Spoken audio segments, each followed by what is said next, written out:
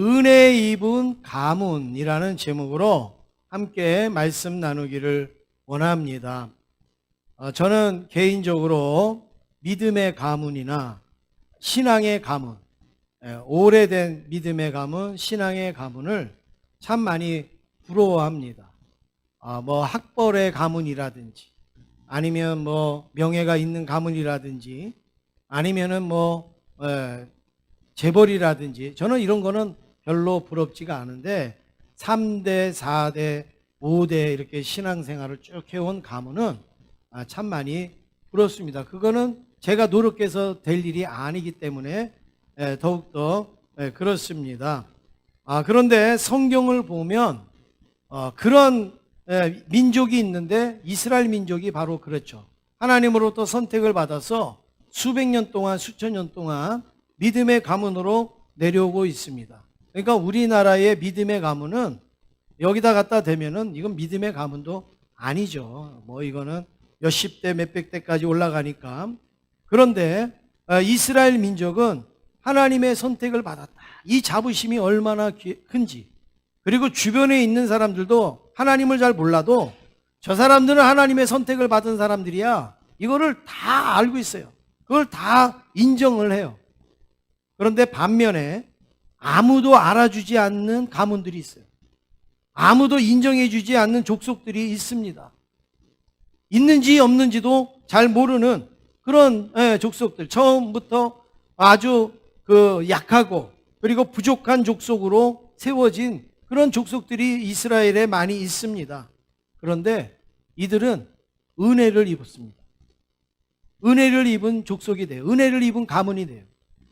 그래서 시간이 흐르면 흐를수록 어떻게 되는가? 이스라엘 민족보다, 이스라엘 그 가문보다도 더 뛰어난 가문, 더 훌륭한 가문, 더 믿음의 가문으로 세워지고 있는 것을 보게 됩니다. 그들이 하나님을 더 사랑하고 더 헌신적이고 그리고 더 충성하는 그런 모습을 우리가 볼 수가 있는데, 특별히 오늘 제가 소개시켜 드릴 그 가문은 후손들 중에서, 우리가 알고 있는 후손들 중에서 잘못된 후손들이 하나도 없어요. 삐뚤어진 후손들이 하나도 없어요. 정말 은혜로운 인물들만 성경에 나오고 있습니다. 왜냐하면 은혜를 입은 가문이기 때문에 그렇습니다. 그래서 오늘 우리가 말씀을 통해서 은혜를 입은 가문이 어떤 가문인가 우리 성경을 통하여서 몇 가지 살펴볼 수 있기를 원합니다. 첫 번째는 모세의 장인이 나옵니다. 24절, 오늘 본문 24절 함께 읽으시겠습니다. 시작. 이에 모세가 자기 장인의 말을 듣고 그 모든 말대로 하여. 지금 여기에 보면 모세가 나옵니다. 그리고 모세의 장인이 나옵니다. 그런데 모세가 장인의 말을 들었다. 그리고 장인의 말대로 그렇게 행동을 했다라고 말하고 있습니다. 어떻게 보면 집안 얘기 같잖아요. 어떻게 보면 장인과 사위의 어떤 대화 같지 않습니까? 그런데 이 모세의 장인의 이 말을 들은 이 모세로 인하여서 이스라엘 민족이 앞으로 나가는 방향이 달라집니다. 이스라엘 민족이 정죄되는 과정이 달라지고 있습니다.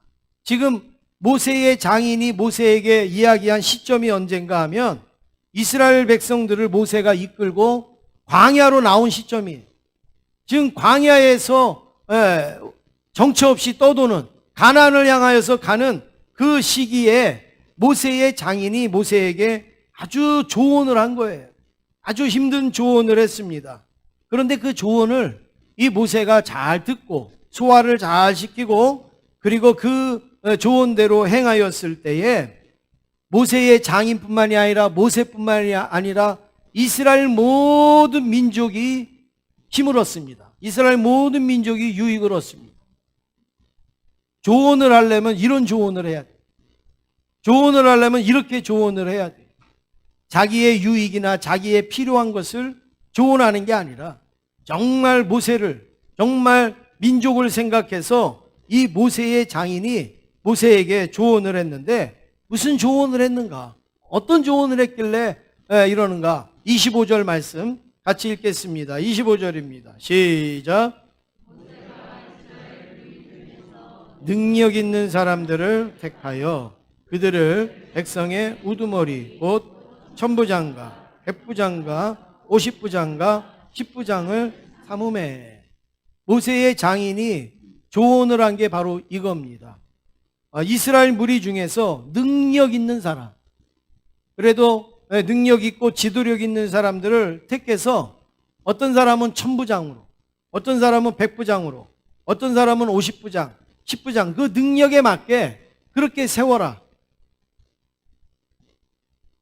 그래서 천부장은 1000명을 컨트롤할 수 있는 사람, 백부장은 한 100명 정도 컨트롤할 수 있는 사람, 뭐 10부장 한 10명 정도 컨트롤할 수 있는 사람들을 세워라 이거예요. 지파별로도 세우고 뭐 지역별로도 세우라 이거예요.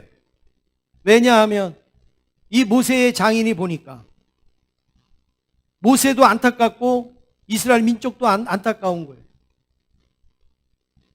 작은 문제서부터 쉬운 문제서부터 어려운 문제, 복잡한 문제에 이르기까지, 큰 문제에 이르기까지 전부 모세한테 이거 어떻게 하죠? 전부 모세한테 이거 어떻게 하죠? 그걸 가지고 나와서 물어보는 거예요. 그러니 모세가 그들을 다 상대를 해야 되잖아요. 그들에게 다 조언도 해주고 또 판결도 해주고 뭐 지시도 하고 해야 되잖아요. 그런데 옆에 모세의 장인이 보니까 이건 너무 낭비다. 너무 소비다. 모세가 정말 중요한 일이 얼마나 많습니까? 앞으로 나가야 되잖아요. 가나안을 향해서 가야 되잖아요. 또 때로는 아말렉 같은 나라들도 싸워야 되잖아요. 또 물이 없으면 물도 해결해야 되잖아요. 먹을 게 없으면 먹을 것도 해결해야 되고 모세가 해야 될 게 얼마나 많이 있는데 그냥 사소하게 이 둘이 싸운 문제 가지고 모세한테 와서 누가 맞습니까? 뭐 이런 문제. 뭐 억울한 거 어떻게 해결해 달라고 하는 문제. 뭐 별별 문제들을 다 가지고 모세에게 나오니까 모세가 그거 하다 보니까 시간이 모자란 거예요. 모세도 24시간이고 백성들도 24시간 아니겠어요. 그런데 모세는 민족을 이끌고 나가야 되는데 지금 이 사소한 문제에 지금 가려가지고 아무 일도 못하는 거예요. 아무 일. 그렇다고 모세가 무시할 수도 없잖아요.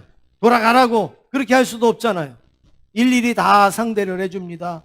그런데 그걸 보니까 비효율적인 거예요. 그래서 모세의 장인이 이제 조언을 합니다. 천부장을 세우고 백부장을 세우고 50부장, 10부장을 세워서 거기에 맞는 일은 그 사람들이 처리하게 하고 그것 안 되면 그 더 어렵고 복잡한 것은 그 다시 이제 모세가 처리하면 훨씬 더 효율적이지 않겠느냐. 이거를 모세의 장인이 이야기합니다. 그 당시에 광야에 생활하는 사람이 한 200만 된다고 그러잖아요. 그러니 여러분 200만이면 이거 얼마나 많습니까? 뭐 감당을 못하겠지요. 그래서 이런 건의를 했는데 모세가 바로 그것을 기쁘게 여긴 거예요. 장인어른 필요 없는 소리 하지 마세요. 장인어른 불필요한 소리 하지 마세요. 그러지 않고 그것을 듣습니다. 모세의 어깨를 가볍게 하려고 하는 장인의 말, 그리고 지도를 잘할 수 있도록 하는 그 장인의 말을 모세가 수용을 했습니다. 그리고서 그렇게 이끌고 나가니까 여러분 수월할까요? 어려울까요? 수월하죠. 수월하죠. 백부장이 해결할 거는 백부장이 다, 천부장이 해결할 건 천부장이 해요. 여러분 그래서 교회의 조직도 그래서 필요한 거예요. 교회의 조직이 뭐든지 담임 목사한테로 가갖고 하면요. 여러분 저도 24시간, 여러분도 24시간인데 되겠습니까? 말씀 준비하는 것도 있고 기도하는 것도 있고 신방하는 것도 있고 하는데 그 일을 감당해야 되는데 사소한 것까지 다 한다 그러면 어렵잖아요. 그래서 교회에 장로님도 계시고 권사님도 계시고 또 부장님도 있고 대장님도 있고 하는 것이 바로 그런 일을 다 나눠서 각자의 역할을 감당하도록 그 모세의 장인이 아이디어를 낸 거란 말이에요. 모세의 장인이 그런 조언을 했단 말이죠. 그러면 이 모세의 장인이 누군가? 우리가 한번 생각해 볼 필요가 있습니다. 오늘 그 출애굽기 18장 1절 말씀에 보니까 앞에 가셔서 보시면 모세의 장인이며 미디안 제사장인 누구라고요? 이드로.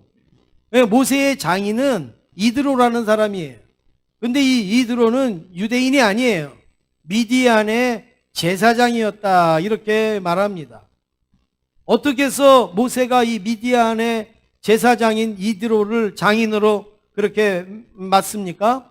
모세가 애굽에서 피난해서 미디안 광야에 가서 거하는 가운데에 그 아내 십보라를 만나게 됩니다. 십보라의 아버지가 오늘 말씀에 이드로죠. 그래서 장인인데 이 장인은 미디안의 제사장이라. 하나님을 섬기는 제사장인지 이방신을 섬기는 제사장인지는 몰라도 어쨌든 이방인의 제사장입니다.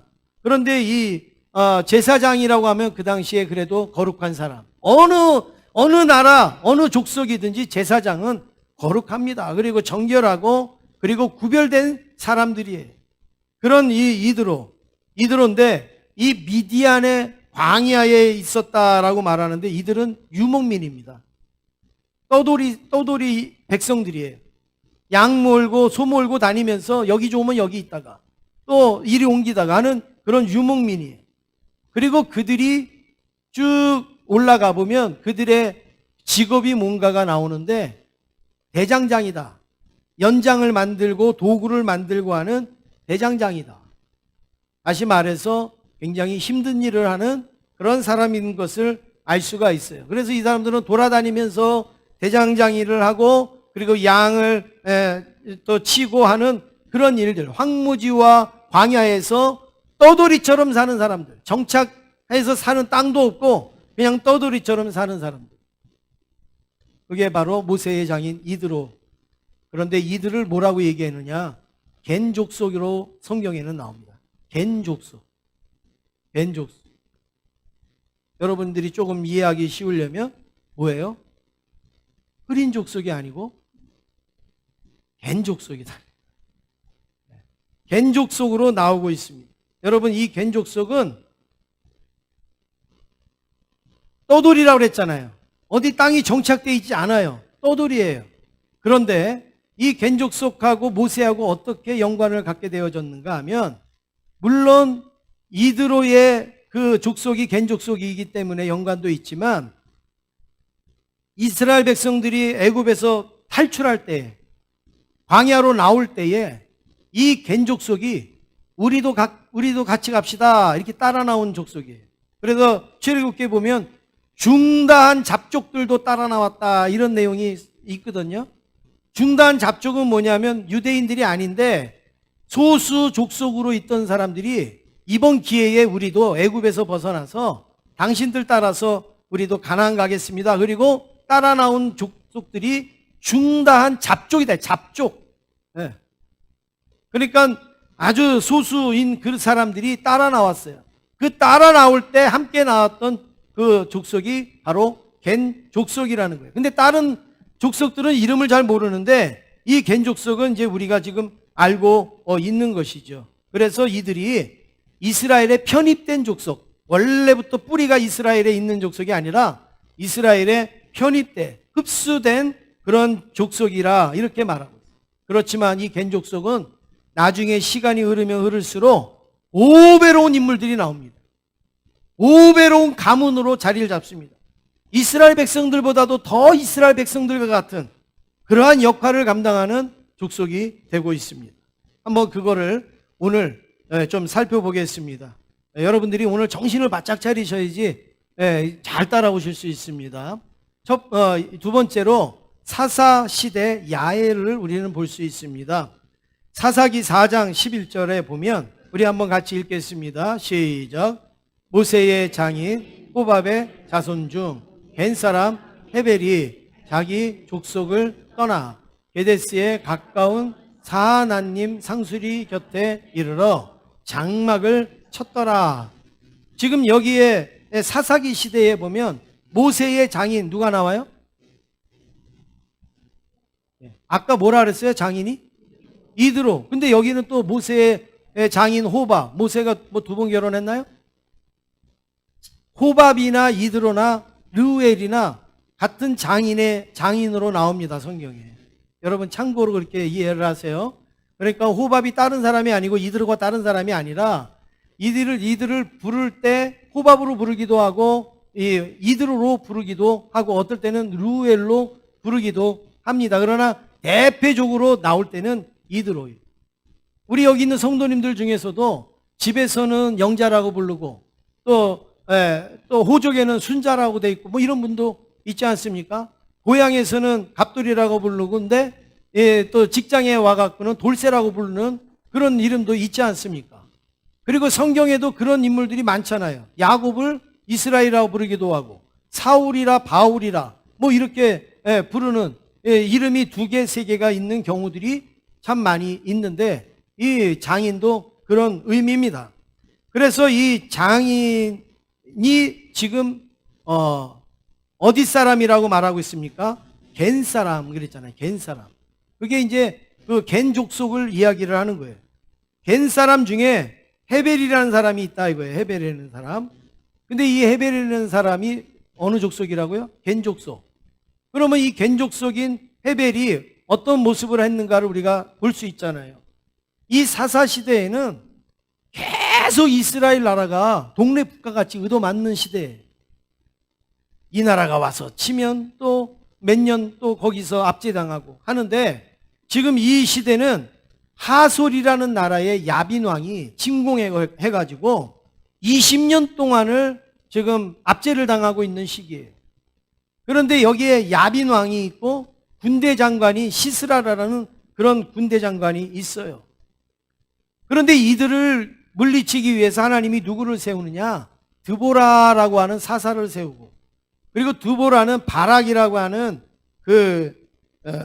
군대 장관을 세웁니다. 그리고서 어느 날 이제 드보라가 기습을 합니다.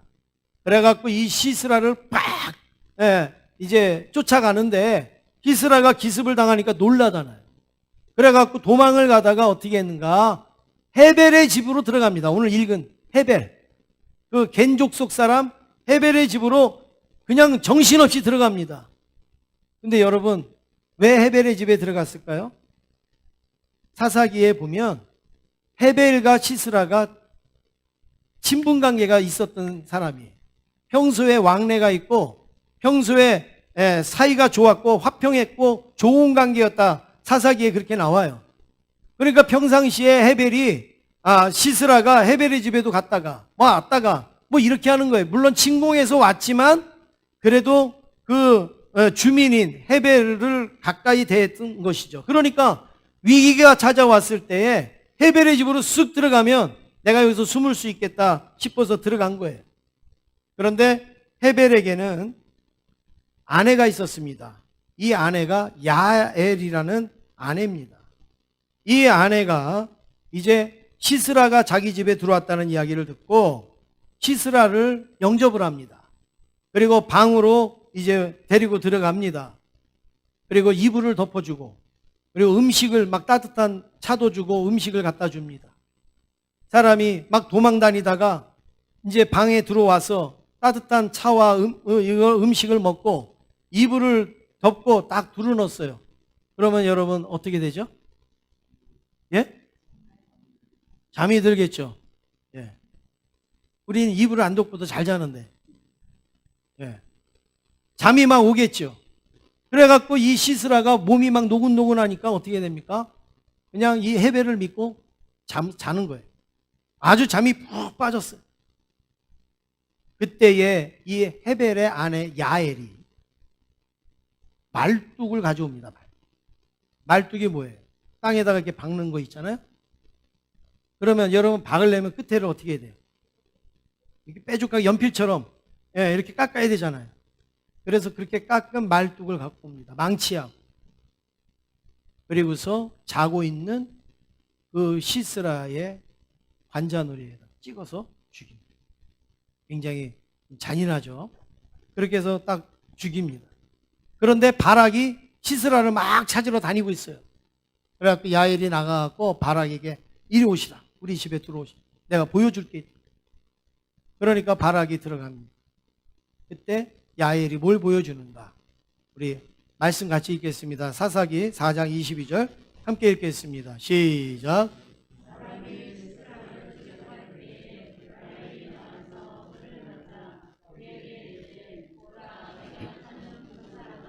내가 네게 보이리라 하며 바락이 그에게 들어가 보니 시스라가 엎드러져 죽었고 말뚝이 그의 관자놀이에 박혔더라. 바락이 막 찾고 있는 시스라가 그냥 맥없이 죽은 거예요. 여인의 손에. 이 여인은 사사도 아니에요. 군인도 아니에요. 그런데 이 여인이 그 시스라를 죽였어요. 여러분 아까 좀 여러분 이해 안 가는 부분이 있지 않아요? 시스라하고 헤벨은 어떤 관계였다고요? 좋은 관계. 친분이 있는 관계. 평소에도 들락날락거리던 그런 관계. 우리 같으면 여러분 그런 관계면 죽여요, 숨겨줘요? 숨겨주겠죠. 대부분 그럴 거 아니에요. 그런데 이 야엘은 어떻게 해서 이 시스라를 한 방에 그렇게 죽였을까요? 여자가. 그것도 아주 이렇게 잔인하게. 성경 전체적으로 보면 민족 정신으로 죽인 거예요. 우리나라를 괴롭히게 하는 시스라. 개인적으로는 가깝지만 지금 나라를 힘들게 하고 지금 드보라 선지자와 이 바락 이 사람들을 힘들게 하는 시스라. 그 시스라가 지금 내 눈앞에 있어요. 자고 있어요. 이것은 내 민족을 살리기 위해서 시스라를 죽여야 되는 거예요. 그래서 시스라를 죽입니다. 뭐 그럴 수 있지. 나라와 민족을 위해서. 그런데 여러분 이 사람들은 무슨 족속이라고요? 겐족속. 겐족속은 원래부터 유대인이 아니에요. 편입된 사람들이에요. 그러니까 같이 먹고 살 때는 잘 살지만 위험한 일이 오거나 어려운 일이 오면 어떻게 될까요? 쑥 빠지기가 쉬운 족속이에요. 우리는 관계없다라고 하기가 쉬운 족속이에요. 자기의 진리를 찾아서 갈 수 있는 족속이에요. 근데 편입이 된 그들인데도 나라를 살리고자 나라를 구하고자 이 시스라를 죽였단 말이에요. 개인적인 친분이 있음에도 불구하고 나라를 구하고자 지금 이런 충성을 야엘이 보여주고 있습니다. 여러분 이 겐족속이 보통 족속이 아니죠. 이렇게 출애굽할 때 다 같이 나갔어도요. 무슨 어려운 일이 있거나 또 힘든 일이 있으면 어떻게 할까요? 자기 족속들끼리 모여갖고 이스라엘을 막 비방하겠죠. 이놈들은 자기네들이 아주 최고인 줄 알고 우리들은 아주 세 발의 피같이 여긴다고 그러면서 막 그렇게 할 거 아니에요. 그런데 이 겐족속들은 그러지 않아요. 원래 유대인들보다도 더 민족성이 더 강한 거예요. 한 번도 겐족속의 목소리를 내보거나 그리고 겐족속의 그 티를 내보지를 않고 누가 보면 이스라엘 민족인 것처럼 아주 그렇게 살았다는 거예요. 그래서 사사시대의 야엘을 보면 우리가 그걸 알 수 있고 그 다음에 세 번째로 레갑의 족속을 우리가 볼 수 있습니다. 예레미야 35장 18절 말씀 함께 읽겠습니다. 시작. 예레미야가 레갑 사람의 가문에게 이르되 만군의 여호와 이스라엘의 하나님께서 이와 같이 말씀하시기를. 예, 됐습니다. 먼저 예레미야가 누구에게 말을 했다고요? 레갑 사람의 가문에게 이랬어요. 그러니까 레갑 사람의 가문이라는 게 있겠죠. 예, 어디 가문 뭐 이런 이야기가 있는데 여러분 이스라엘에는 유명한 가문들이 많습니다. 대단한 가문들이 많아요. 쉽게 말씀드리면 아론의 가문, 여러분 이건 대단한 거예요. 아론의 어디 뭐 사돈의 팔촌의 뭐가 되더라도 아론의 가문 그러면요 이거는 굉장한 가문이라는 거예요. 모세의 가문 엄청나죠. 다윗의 가문 뭐 이건 뭐 말할 수도 없는 거예요. 왕족이니까. 바울도 자기는 가말리엘 가문이다 이런 말을 하잖아요. 그러니까 말만 해도 알 수 있는 그런 가문들이 많이 있었죠. 권위적이고 전통적인 가문. 그런데 알려지지 아니한 무명의 가문들이 얼마나 많겠어요. 근데 그 중에 하나가 레갑의 가문이에요. 레갑의 가문. 그러니까 레갑의 가문도 알려지지 아니한 가문들 중에 하나의 이름이 레갑의 가문이라 이거예요. 그런데 다른 가문보다 이 레갑의 가문은 이스라엘 백성들 못지않은 축복을 받았다 이거예요.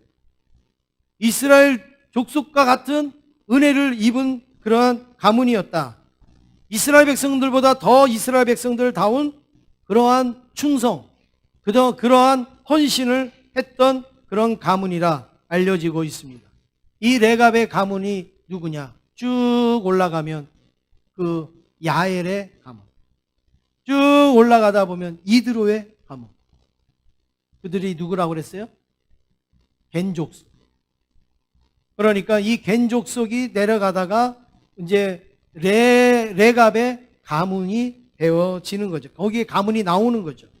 이 레갑의 가문이 또 쭉 내려가다가 이제 요나답의 가문으로 또 이어지고 또 발전이 되어집니다. 그런데 겐족속이나 아니면 레갑 가문이나 요나답이나 수백 년을 내려가잖아요.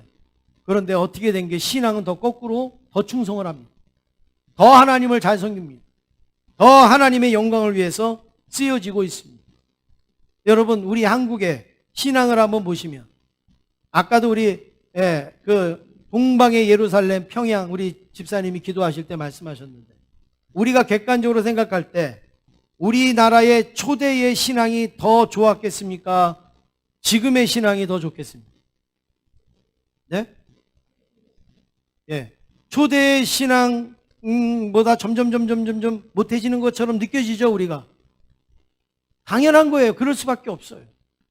세월이 흘러가면 자꾸 변질되고 바뀌고 퇴색되고 하니까 초대교회의 우리 선조들은 막 목숨을 걸고 순교하는 그런 신앙이었는데 점점 내려오면서 인간의 편리함과 유의 막 이런 거랑 섞이다가 보면 우리의 신앙이 그러지 못하는 경우가 많이 있잖아요. 그런데 이 겐족속들, 레갑의 후손, 이 요나답의 후손들은요, 오히려 위의 선조들보다 더 뜨겁게 더 하나님을 열심히 섬기고 있는 자들인 것을 우리에게 보여주고 있습니다. 이들은 변방의 족속들이에요. 그런데 이스라엘 백성들은 시간이 갈수록 믿음이 퇴색하는데 이들은 시간이 갈수록 믿음이 더 좋아지고 있어요. 헌신이 더 좋아지고 있습니다. 이게 바로 레갑의 가문입니다. 더 구체적인 증거를 제가 네 번째 말씀드리면 요나답의 후손들을 우리는 볼 수가 있습니다. 오늘 읽은 예레미야 35장 18절 그 뒤에 보니까 이렇게 말합니다. 너희가 너희 선조 요나답의 명령을 순종하여 그의 모든 규율을 지키며 그가 너희에게 명령한 것을 행하였도다. 그러니까 너희 선조 요나답의 명령을 순종해서 그의 모든 규율을 지키고 그가 너희에게 명령한 것을 행하고 있다. 이 요나답이 누구예요? 레갑 가문의 후손 중에 하나가 요나답이에요. 그런데 이 요나답이 이 레갑의 그 후손으로 살다가 어느 날 이런 생각을 한 거예요. 야, 이렇게 가다가 우리 신앙이 우리 부모님 신앙에 못 미치겠다. 또 우리 신앙에 우리 자녀들이 못 미치겠다. 이러다가 흐지부지해지겠다. 정신을 차리지 아니하면 지금 우리가 이 은혜를 누릴 수가 없겠다. 그래서 요나답이 어떻게 하느냐? 율법보다 더 센 율법을 선포합니다. 자기 가문에게, 자기 후손들에게. 율법이 이 정도면 이 요나답은 이 정도의 이 명령을 내려요. 규율을 이야기를 해요. 그래서 이거를 지키도록 하는 거예요. 이거를 지키도록. 그게 무슨 말씀인가? 여러분, 다이어트 하시는 분이 나는 5kg 다이어트 해야지. 그러면 그분은 열심히 다이어트 해도 최고로 많이 다이어트 해봐야 몇 킬로 빠질까요? 예? 몇 킬로 빠질까요? 5kg. 그런데 여러분 5kg 빼는 분 몇 분이나 돼요? 한 2kg 빼고 한 3kg 빼면 그래도 잘하신 거죠. 그죠? 그대로 있는 분이 있고 오히려 더 찌시는 분들이 있기도 한데. 그 목표를 5kg 이렇게 하면요. 5kg 이상은 빼는 분이 거의 없는 거예요. 그런데 만약에 나는 20kg 다이어트 해야지. 그렇게 하고 이제 다이어트를 해요. 그분은 적어도 몇 킬로 뺄까요? 예, 적어도 5kg는 더 뺄 거예요. 안 그렇겠어요? 적어도 뭐 5kg는 더 빼겠죠. 10kg, 뭐 15kg 이렇게 빼겠죠. 왜냐하면 목표가 세잖아요.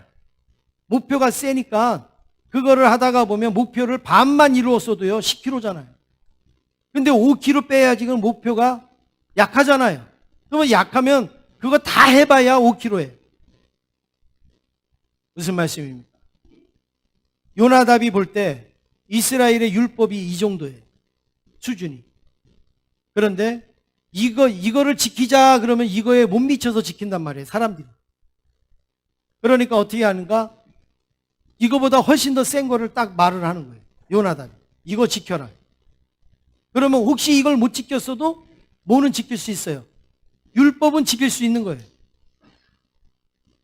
그렇게 요나답이 안전장치를 만든 거예요. 그게 뭐냐? 두 가지로. 뭐 여러 가지 있는데 그 중에 두 가지를 말씀드리면 평생 포도주를 마시지 말라. 평생 포도주를 이스라엘 백성들이 포도주를 마시는 백성들입니까? 안 마시는 백성들입니까? 마시는 백성들이에요. 예수님도 포도주를 만들기도 하셨잖아요. 그런데 이 요나답은 아예 먹지도 말라. 오늘 말씀에 보면 예레미야가 이 요나답의 후손들에게 포도주를 배설해 줍니다. 여러분 이거는 아주 존경하고 사랑하는 대접이에요. 그런데 이 요나답의 후손들이 안 먹어요. 우리 안 먹습니다. 왜 안 먹지? 우리 조상 요나답이 먹지 말랬어요. 먹어도 상관없는 상황이에요. 그런데 우리 요나답이 먹지 말라 그랬어요. 그래서 우리는 안 마십니다. 지금도 안 마셨고 앞으로도 안 마십니다. 그 다음에 두 번째는 뭐냐? 장막집에 살아라. 아까도 이 겐족속은 어떤 민족이라 그랬어요? 떠돌이. 광야나 황무지에 떠돌아 사는 사람들이에요. 그런데 이 사람들이 이스라엘 백성들에게 편입되어져 갖고 그래도 지금 이렇게 잘 사는 거예요. 그러니까 어떻게 합니까? 아, 이제는 우리가 집도 짓고 이제는 우리 집도 장만하고 이제 살면 되겠구나. 여러분 그래도 누가 아무 말 할 사람 없어요. 그런데 요나답이 뭐라고 얘기했냐? 우리의 근본을 잊어버렸냐? 우리의 근본은 떠돌이야. 우리의 근본은 유목민이야. 그런데 집 짓고 살다가 보면 그거 잊어버리잖아. 그러니까 너희들은 집 짓고 살지 말고 장막을 지어. 장막. 텐트를 치고 거기서 살아. 평생. 이게 요나답이 바로 이 후손들에게 그렇게 얘기했어요. 아니 이제 먹고 살고 이 옛날에 우리가 겐족 속으로 그렇게 살았지만 지금은 이제 먹고 살만하고 이렇게 됐는데 이제 우리도 집 좀 장만하고 이렇게 살아야죠. 얼마든지 말할 수 있는데 요나답은 아니야. 사람이 장막집에서 집으로 옮기면 마음이 달라지는 거예요. 생각이 달라지는 거예요. 여러분 우리도 그렇잖아요. 정말 죽을 고비를 넘기고 정말 하나님 없으면 나는 살 수 없습니다라는 그런 기도가 나올 때 하고 그 문제가 해결됐을 때 하고 우리 자세가 달라지잖아요. 지금 요나답이 그걸 안 거예요. 그래서 이 요나답이 명령을 내렸는데 그 명령을 이 요나답의 후손들이 300년이 넘도록 지키고 있어요. 300년이 넘도록. 그러니까 이스라엘 백성들보다도 더 세게, 더 강하게 하나님의 율법을 지키고 있다라는 것이죠. 이게 바로 요나답의 후손. 다섯 번째로 야베스의 사람들을 우리는 볼 수 있습니다. 야베스 여러분 좀 들어보셨죠? 왜 갑자기 이 상황에서 야베스가 나오는가? 야베스가 하나님 앞에 기도해서 응답받고 하는 그런 내용들을 우리는 많이 보셨는데 여러분 야베스는 원래 유대 민족의 혈통으로 나오지 않습니다. 성경에 보면. 유다 자손의 혈통 그 족보 속에 나오기는 나오는데 누구의 혈통인지 또 야베스의 밑에는 누군지가 안 나와요. 그냥 중간에 자기가 유다 족수 자손에 그냥 툭 끼워서 나오는 거예요.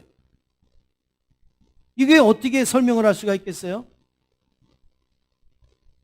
여러분 실제로 이 야베스는 유다 지파가 아니라 겐 족속 사람인데 유다 지파 옆에서 이렇게 지내다가 유다 지파로 편입된 사람이라 이렇게 알려지는 거예요. 우리나라도 옛날에 종으로서 열심히 살다가 보면 야, 너 내 아들 하자. 그리고 너 내 족보에 올리자. 여러분 이런 사람들이 있었잖아요.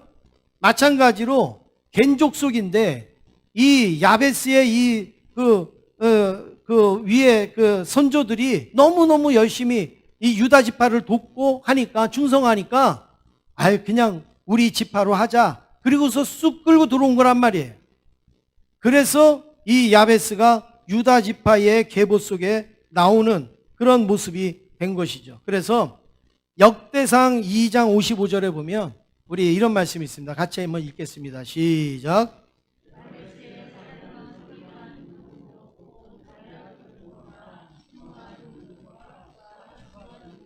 이는 다 레갑 가문의 조상 함마색에서 나온 겐 종족이더라.